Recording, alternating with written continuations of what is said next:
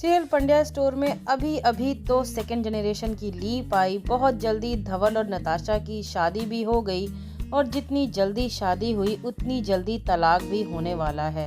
अरे भाई, एक सुहाग रात तो धवल को मना ही लेने देते, लेकिन ये भी नहीं हो पाया है और अम्बरीश अपने इरादों में कामयाब हो गया है।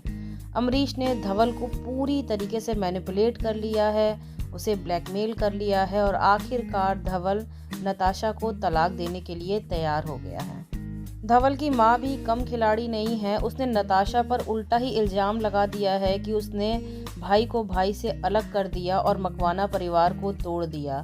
यहाँ बेचारा धवल अम्बरीश की बातों में आ गया है और नताशा को तलाक देने के लिए तैयार तो हो गया है, लेकिन उसने भी अम्बरीश के सामने एक शर्त रखी है और वो शर्त ये है कि अगर नताशा को धवल तलाक देता है तो बदले में अम्बरीश को उसका पंड्या स्टोर लौटाना होगा।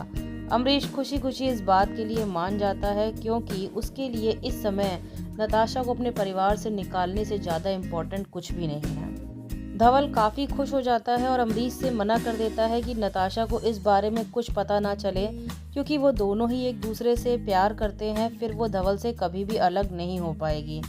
इसका मतलब तो तय है कि धवल नताशा के बीच में यह गलतफहमी का खेल थोड़ा लंबा तो चलने वाला है।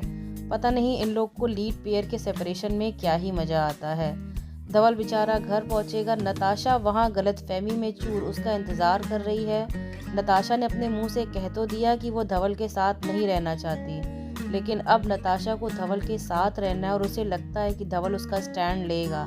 लेकिन धवल तो यहाँ कुछ और ही डिसाइड करके आया है और वो घर आते ही तलाक के पेपर नताशा को दे देगा, जिस पे नताशा भी गुस्से में आके साइन कर देगी।